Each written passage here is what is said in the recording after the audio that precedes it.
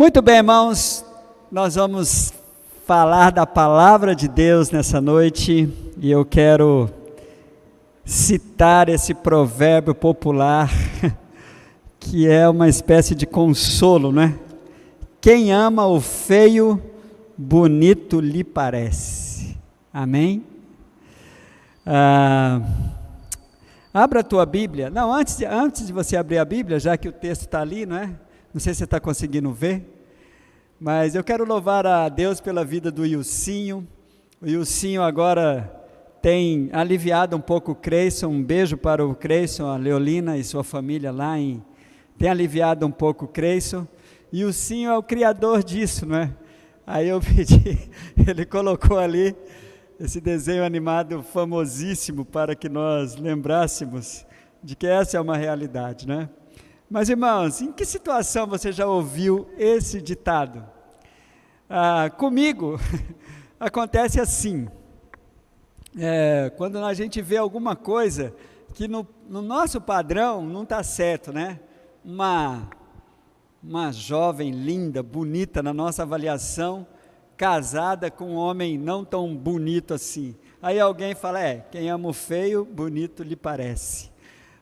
Mas o mais legal desse quem ama o feio, bonito lhe parece, está ligado à maternidade, né? Essa semana nós recebemos a vinda do netinho da Lilian. Hoje os meninos e as crianças têm nascido muito bonitas por conta da cesárea. Mas você já viu um bebê que nasce de parto normal? Gente, a gente tem que se esforçar muito, e esse ditado, parto normal, dá uma boa amassada no menino e na menina, né?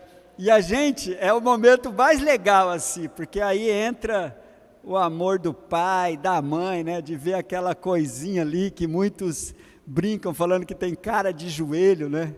Então, mas aí a gente pode lembrar, o amor faz com que o feinho lá fique bonito. Eu tinha uma crise quando essa questão de estrear como paternidade, né? Porque eu, assim, sou tão romântico quanto a Sandra. E o Felipe, quando era pequeno, não ajudava não com esse negócio, tá?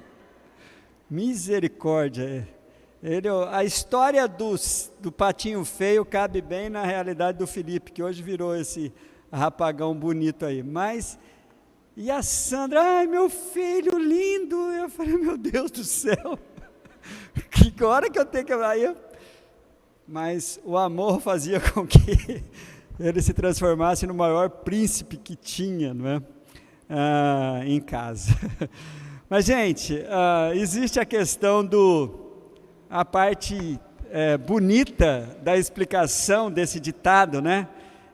Essa expressão popular brasileira que significa que aquele que ama o que é feio não está olhando para os aspectos físicos ou os padrões da humanidade, mas sim para as qualidades internas da pessoa, com amor, carinho, afeição, né?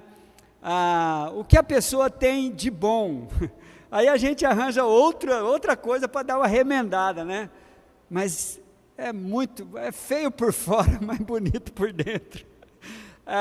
Mas nós temos os nossos padrões, nós temos essa questão do bonito e do feio, são padrões, né? Que a gente precisa estar se adaptando a isso. Então, eu acho legal que a explicação técnica disso, a pessoa pode não alcançar o padrão de boniteza esteticamente, porém, quem o ama, acha outra beleza nele, né? Ou nela. Então, é interessante. Mas... e a palavra de Deus, irmãos, que texto maravilhoso. Eu creio que esse ditado cabe muito bem na relação de Deus com o seu povo. Tanto no Antigo Testamento, quanto com o seu povo agora, com a sua igreja, comigo e com você. Esse texto de Isaías, abre a tua Bíblia agora em Isaías 41:14. Gente, que texto assim, lindinho, né? Tchutchuco, Porque como pode o ditado cair tão bem diante desse texto? Olha só, as versões vêm assim, ó: não temas, ó bichinho de Jacó, povozinho de Israel, eu te ajudo, diz o Senhor, o teu Redentor é o Santo de Israel. Agora veja em outra versão, na King James: não temas, ó verme de Jacó, ó povozinho de Israel, eu mesmo te ajudarei. Eu achei uma que é mais tentando consertar a expressão verme, irmãos. Olha, na Revista Atualizada de 1993, não temas, ó vermezinho de Jacó, povozinho de Israel. Sabe aquela coisinha feinha do pai?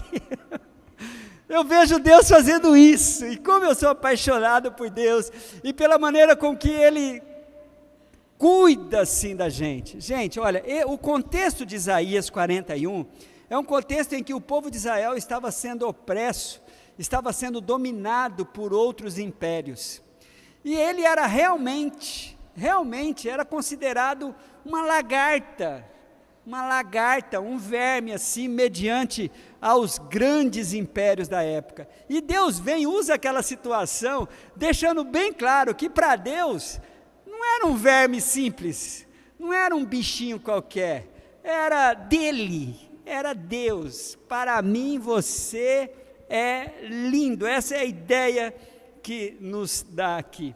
E o próprio Cristo nos lábios de Davi, no Salmo 22, Davi cantando essa canção do Salmo 22, a canção que Jesus cantou na cruz: Deus meu, por que me desamparaste? No versículo de número 26, dá a conotação do que Deus está falando de Isaías 41:14. Mas eu sou verme e não homem, motivo de zombaria, objeto de desprezo do povo. O Salmo 22:6, que é um salmo do clamor do Messias, Jesus se apresentando assim nos lábios de Jesus.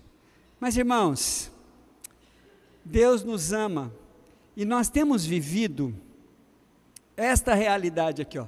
Preste atenção nisso, veja se o pastor não tem razão. A tônica atual é uma análise de como a igreja está péssima, como a igreja está feia. Instituições religiosas têm sido confundidas como a igreja de Cristo. E aí, existe algumas análises assim, existe um pregador, um cara famoso, seguido por muitos aí, as pessoas gostam de ouvir esse homem, e sobre ele eu quero falar sobre um comportamento esdrúxulo que muitos têm. Eu não vou falar a igreja, porque a igreja de Cristo não tem esse comportamento, mas muitos religiosos têm. Esse indivíduo, ele faz uma afirmação, e o povo dá glória a Deus, fala: bate Jeová, bate na cara. Ele diz assim, ó, que esta é a pior geração de cristão de todos os tempos.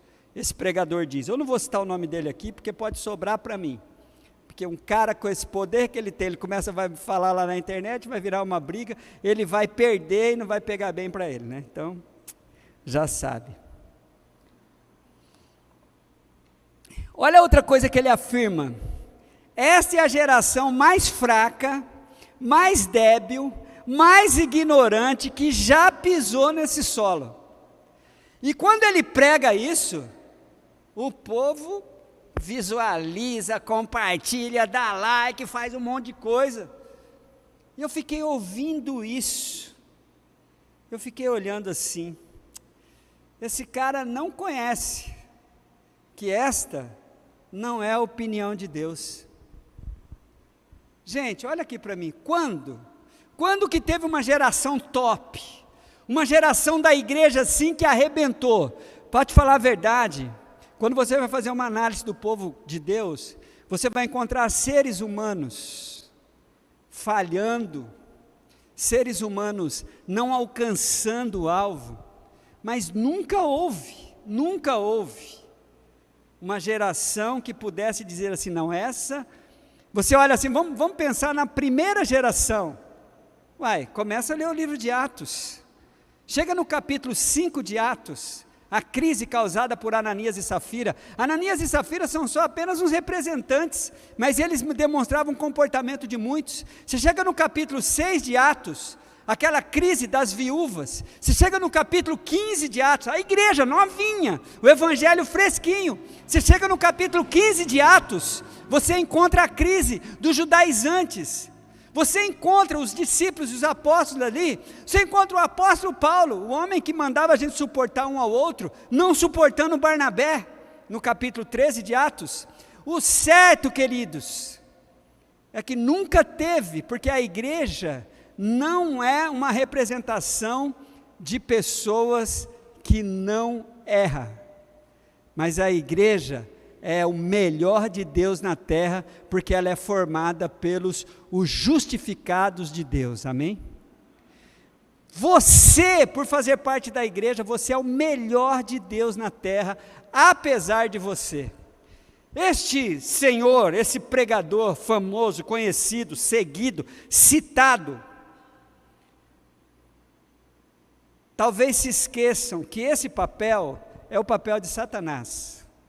Olhe, por favor, irmãos, abra a tua Bíblia em Apocalipse, capítulo de número 10. Apocalipse, capítulo 12, versículo 10, melhor dizendo. A Bíblia diz assim, Apocalipse 12, 10. Eu ouvi uma grande voz no céu que dizia: agora é chegada a salvação e a força, e o reino nosso, e o reino do nosso Deus, e o poder do seu Cristo, porque já o acusador, olha aqui, irmãos, dizer que esta é a pior geração, a mais débil, a mais ignorante, acusar a atual geração, nos acusar hoje, com esses adjetivos tão negativos, porque já o acusador dos nossos irmãos é derrubado, o qual diante do nosso Deus os acusava de dia e de noite. Está falando de quem aqui? Satanás, de Satanás. Então, irmãos, essa minha pergunta constrangedora, de quando é que a igreja foi top, a gente olha para a Bíblia e vê que a Bíblia fora escrita revelando exatamente as nossas feiuras e as nossas lindezas. A Bíblia nunca escondeu a limitação de Abraão, por exemplo, as fraquezas de Abraão, que mentiu, que duvidou, e depois foi registrado como amigo de Deus, como pai da fé. Abraão é chamado de amigo de Deus, mas Abraão teve os seus momentos de feiura, mas por Deus ele foi apresentado como um lindo homem, um lindo personagem bíblico. Então a gente vai vendo isso, e nessa revelação da palavra de Deus, o nosso Criador vai se encaixando nesse ditado. Alguém que nos ama, alguém que, ao ouvir qualquer acusação como essa, ele não concorda. Quem ama o feio, bonito lhe parece.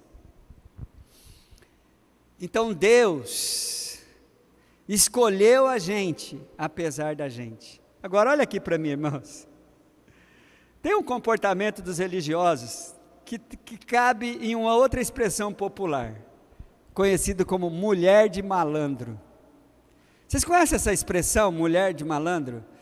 Essa expressão é usada para pessoas que gostam de apanhar. Mulher de malandro é aquela que gosta de apanhar. Casa com um cara que bate, violento e não sei o que, é malandro, engana, mas não sai dessa situação. E tem muitos religiosos que concordam com isso. Sabe as mensagens que essas pessoas mais admiram? É as mensagens que batem, é as mensagens que descaracterizam, que mostram o quanto está faltando. E aí, essas pessoas usam aquela expressão. E outra, mensagens que revelam a opinião de Deus sobre o seu povo. Isso é fraquinha. Esse pastor aí só assopra. Mas, gente, é impressionante como nós precisaríamos, e na minha cabeça o que acontece? Não resolveu ficar contra isso, não buscando o lado bom da igreja, o lado positivo da igreja, o lado positivo de cada um, porque senão, depois de apanharmos tanto, na era dos puritanos, depois de estarmos apanhando tanto, eu estava ouvindo algumas músicas do Fernandinho que fizeram grande sucesso, e vai se levantar uma geração de profeta que não é vendido, falando que essa gente, sabe, não vai aparecer assim, gente. Os não vendidos e os vendidos vão sempre existir. Dizer que esta é a pior geração é por conta desse indivíduo que escolheu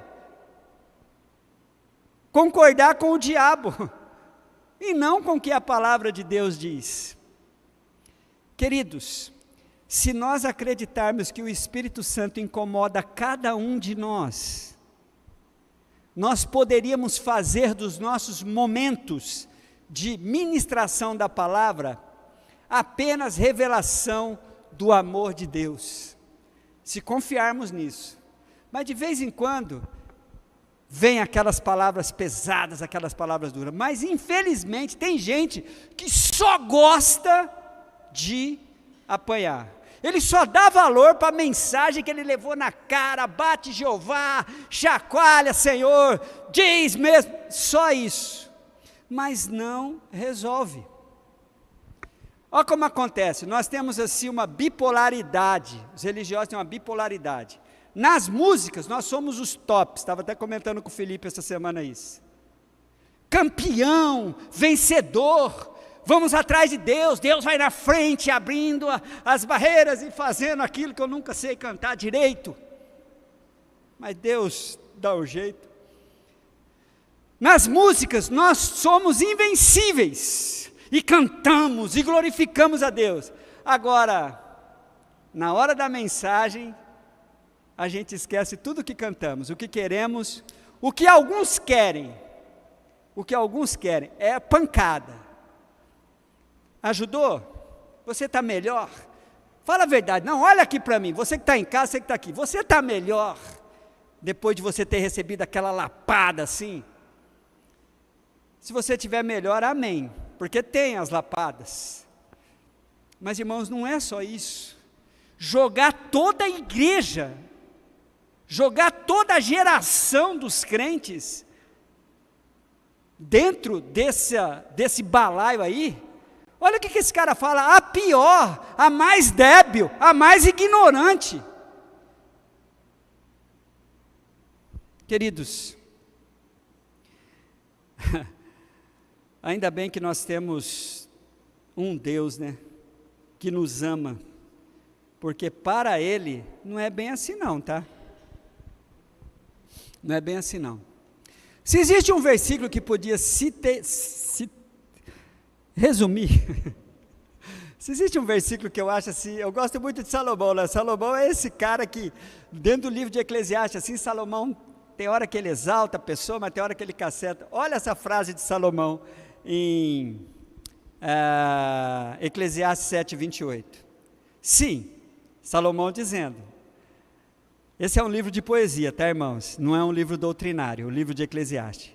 Mas é muito bom saber o que passa no coração de Salomão e ver se isso não é no seu coração, se você já não desacreditou tanto da humanidade como Salomão. Sim, durante a minha busca, que ainda não terminou, ele está dizendo, em Eclesiastes 27:28, eu creio que é na NVI que eu estou lendo. Entre 1000 homens, descobri apenas um, que julgo digno. A mulherada está mal na percepção de Salomão. Mas entre as mulheres, não achei nenhuma. Mas isso é a opinião de Salomão, irmãos. Essa é a opinião de Salomão. Eu creio, vou até ilustrar a minha crença agora, para vocês. Perdão por eu vou virar de costa para ilustrar a minha crença. Atrás de um grande homem, tem sempre um monte de mulheres lindas. Vamos aplaudir ao Senhor, queridos.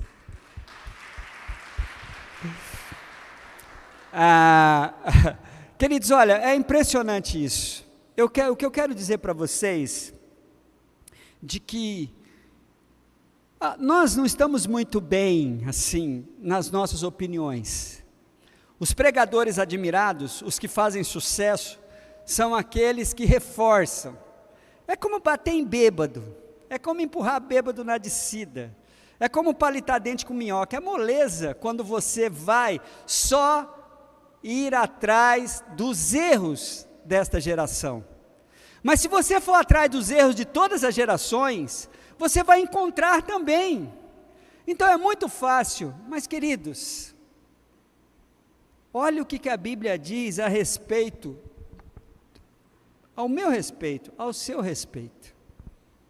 Abra a tua Bíblia em Atos capítulos 20. Olha a preocupação que Paulo está tendo conosco. Atos 20 e 28, Paulo diz assim: olhai, pois, por vós. Paulo falando aos líderes da igreja em Éfeso, no capítulo 20 de Atos. Olhai, pois, por vós. Cuidem de vocês. Paulo está falando isso para os líderes. Cuidem de vocês. E por todo o rebanho sobre que o Espírito Santo vos constituiu bispo para apacentardes a igreja de Deus, que ele resgatou com o seu próprio sangue. Vamos aplaudir a Deus por isso, queridos? Olha só o que Deus fez. É impressionante isso. Aí, em que momento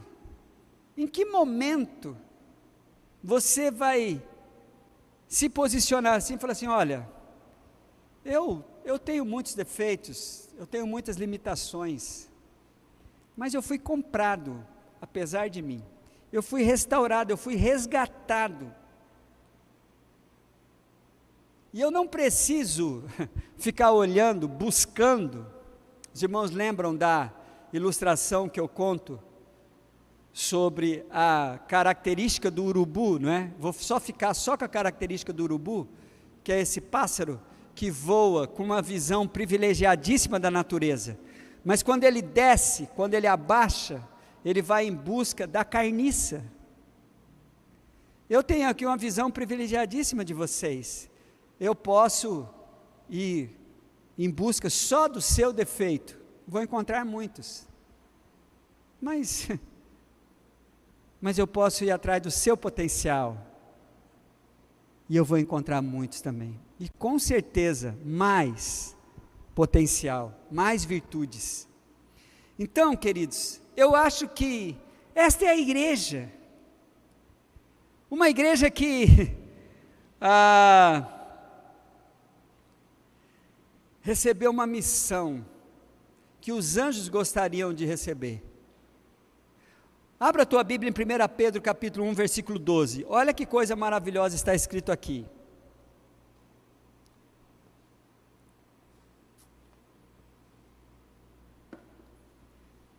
Pedro 1,12, aos quais foi revelado que não para si mesmo, mas para vós, falando a respeito de nós,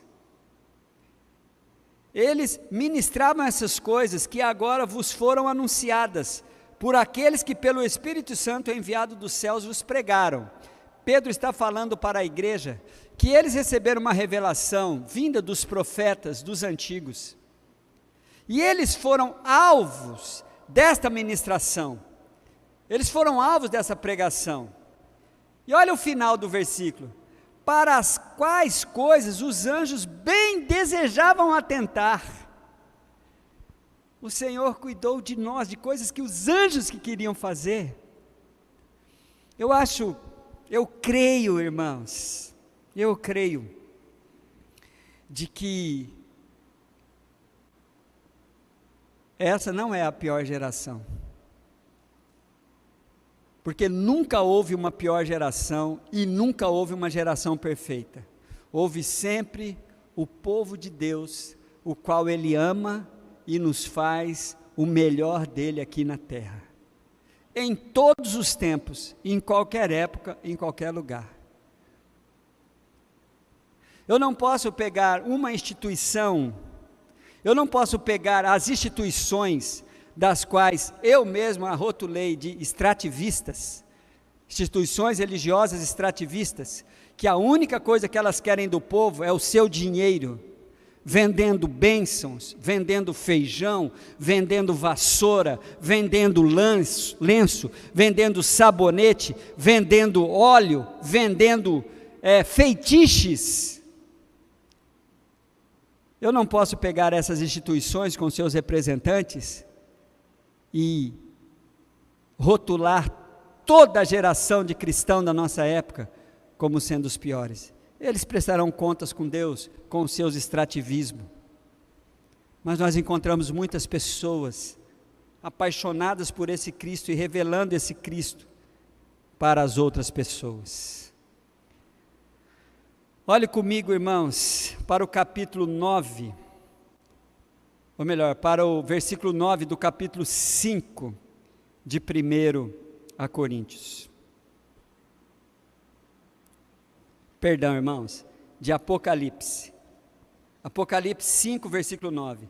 E cantavam um novo cântico, dizendo: digno és de tomar o livro e de abrir os selos, porque foste morto, com o teu sangue compraste para Deus homens de todas as tribos, língua, povo e nação.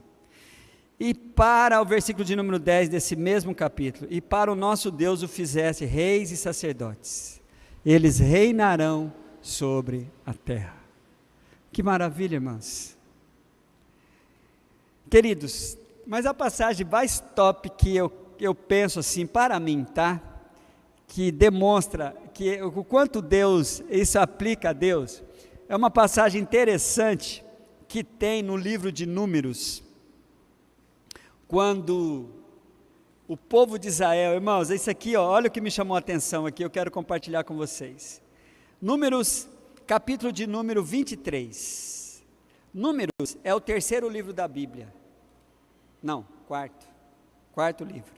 Gênesis, Êxodo, Levítico e Números. É o quarto livro da Bíblia.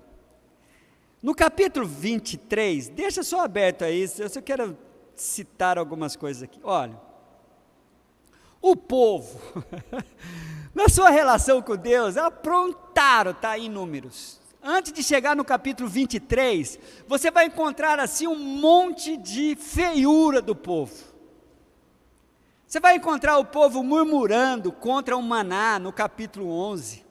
Você vai encontrar o povo sendo contaminado pelo pessimista dos espias, eu creio que no capítulo 13 ou 14, eu acho que no capítulo 13.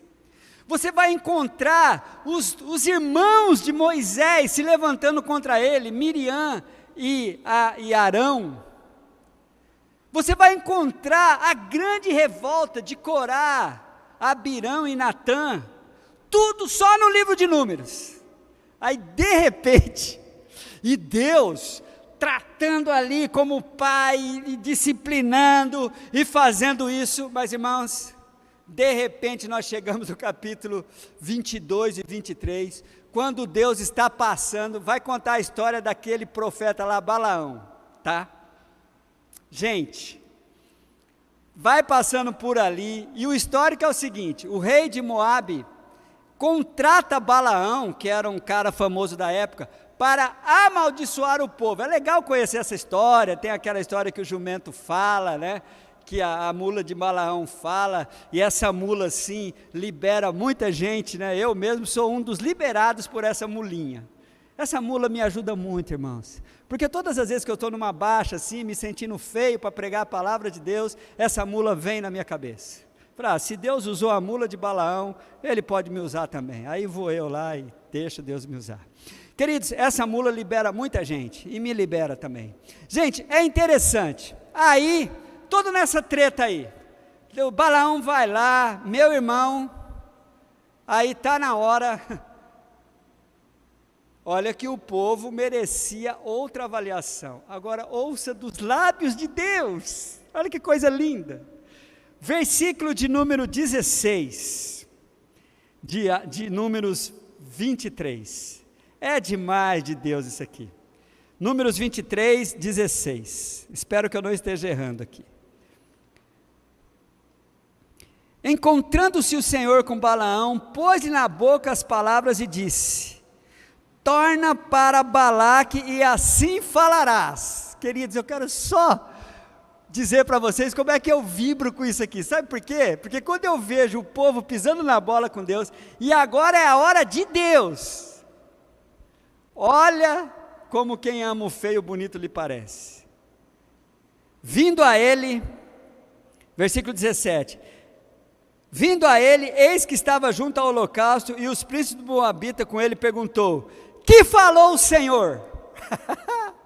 Que legal, irmãos. Então proferiu as suas palavras e disse, levanta-te Balaque e ouve, escuta-me ó filho de Zippor, Deus não é homem para mentir, para que minta, nem filho de homem para que se arrependa, porventura tendo ele prometido não o fará, ou tendo falado não o cumprirá? Eis que para abençoar recebi ordem, ele abençoou e não posso revogar. Não viu, olha irmãos, isso aqui é demais. Esse versículo 21 é demais. Não viu iniquidade em Jacó. Falei, Deus, o senhor tem certeza disso? O senhor não leu os capítulos anteriores? Mas isso aqui é Deus, irmãos. Não viu iniquidade em Jacó, nem contemplou a desventura em Israel. O Senhor seu Deus está com ele, no meio dele se ouve aclamação ao seu rei. Deus os tirou do Egito, as forças dele são como as de um boi selvagem. Pois contra Jacó não vale encantamento, perdão irmãos, nem adivinhação contra Israel. Agora se poderá dizer de Jacó e de Israel, que coisas tem feito Deus? Eis que o povo se levanta como leoa e ergue-se como leão, não se deita até que devore a presa e bebe o sangue dos que foram mortos. Então disse Balaque a Balaão, Balaque perdeu a boa, irmãos, nem amaldiçoará e nem abençoará então. Aí Balaão continua, porém Balaão respondeu, eu disse, não te disse eu, tudo que o Senhor falar, isso eu falarei. Vamos aplaudir ao Senhor por isso, irmãos? Para mim, esse é o texto que sintetiza isso. O povo, irmãos, tinha muitos defeitos, mas quando chegou na hora, sabe aquela coisa assim, ó, que a gente fala em casa, ó, eu posso falar mal do meu filho, posso falar mal da minha esposa, posso falar mal do meu irmão, mas ninguém pode fazer isso. Ninguém pode fazer isso. Deus deu uma enxuchada nesse povo, mas quando chegou na hora dele se posicionar diante de um rei inimigo, meu amigo, o povo virou a melhor nação do mundo. É isso que Deus faz comigo, é isso que Deus faz com você, quando se levantam para te acusar, para elencar os seus defeitos, as suas fraquezas, o Senhor vai dizer o que disse para Satanás, quando o apresentou para Jó, quando apresentou Jó para ele. O Senhor vai nos ver, Ele não olha, sabe o que o Senhor vê em nós? Ele vê o sangue de Cristo que te cobriu, te lavou e te remiu, porque nós somos, irmãos, humanamente, nós realmente somos aquilo que o povo achava que era. No capítulo 11, eu creio que é no capítulo 11, quando vai espiar a terra, o povo se chama de gafanhoto.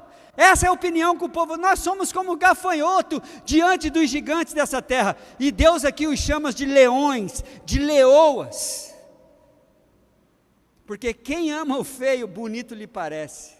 Você pensa que você é uma droga, mas para Deus você é uma pedra preciosa. Você pensa que você não presta, mas a sua feiura, os seus defeitos, chama a atenção de Cristo.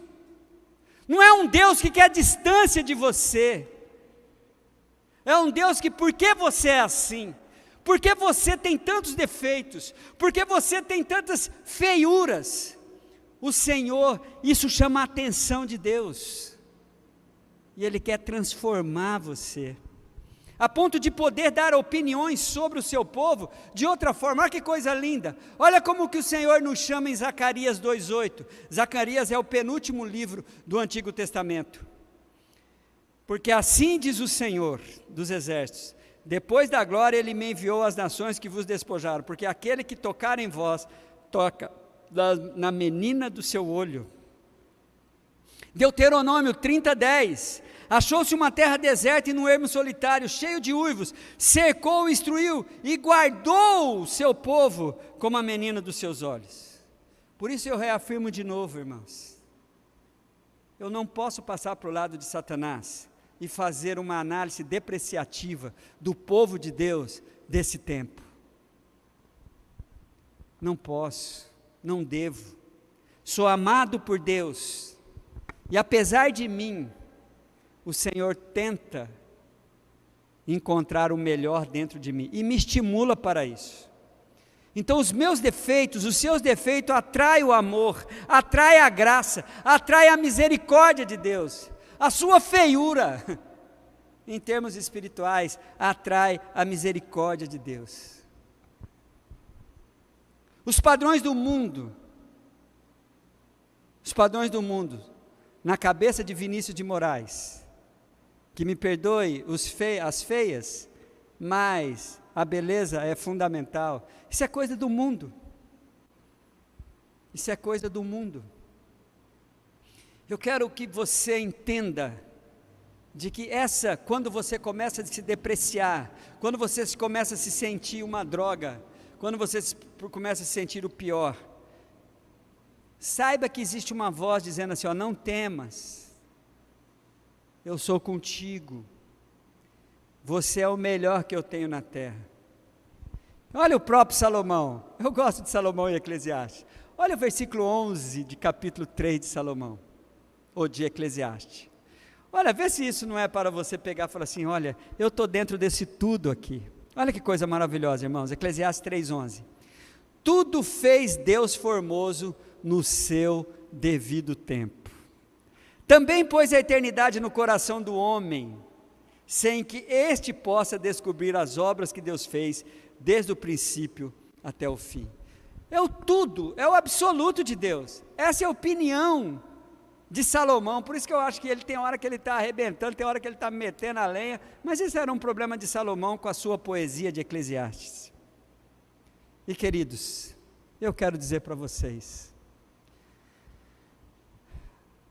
a realidade espiritual instaurada por Deus na pessoa de Jesus Cristo, faz com que nós recebamos de Deus uma plástica espiritual. Queridos, olhe para Efésios, veja se o pastor não tem razão. Olha o que Deus está fazendo conosco.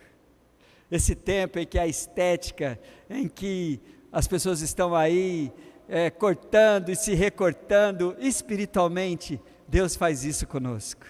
Capítulo 5 de Efésios, versículo de número 25 a 27 diz assim, eu quero apenas pincelar uma parte do versículo 25, quando Paulo está aconselhando os maridos a cuidarem das mulheres, ele dá o exemplo de o que Cristo está fazendo conosco. Versículo 25, como também Cristo, Paulo está mandando que os maridos amem as mulheres, como também Cristo amou a igreja e se entregou por ela. Versículo 26, para a santificar, purificando com a lavagem da água pela palavra. Agora olha o tratamento estético aí, irmãos, versículo 27, para apresentar a si mesmo uma igreja gloriosa, sem mácula, sem ruga, sem estria, sem pneuzinho. Posso ouvir um glória a Deus das mulheres? Vocês nem estão prestando atenção, né? Deus está fazendo isso, você tem que encarar isso pela fé. Olha, irmãos, sem mácula, sem ruga, nem coisa semelhante, nada que te enfeie, nada que o padrão do mundo chama a atenção do padrão do mundo. O Senhor faz uma obra em nós, para que você assuma essa realidade em Cristo. Se alguém está em Cristo, nova criatura é. 2 Coríntios 5,17. Irmãos, isso é muito maravilhoso. Olha que operação estética e espiritual Deus está fazendo em nós. Por quê? Porque o amor de Deus nos embeleza. Deus me ama, e isso me faz uma pessoa linda, maravilhosa, por dentro e por fora. No meu caso, um pouco mais privilegiado com vocês, por conta da profecia que a minha mãe lançou em mim, ao colocar esse nome em mim, que já é a profecia, né, irmãos? Quando você me chama, você já me chama colocando para cima, pastor Arlindo. E eu vou. Eu vou, irmãos. Eu não poderia ser diferente. Eu tinha que ser assim. Eu recebi a unção da lindeza de Deus. Mas, amados, eu quero dizer para vocês, você é um amado de Deus. Não aceite nenhuma palavra diferente dessa, porque quem ama o feio, você é lindo para Deus, e lindo para quem te olha com os olhos de Deus. Amém? Vamos aplaudir ao Senhor por isso? Vamos ficar em pé.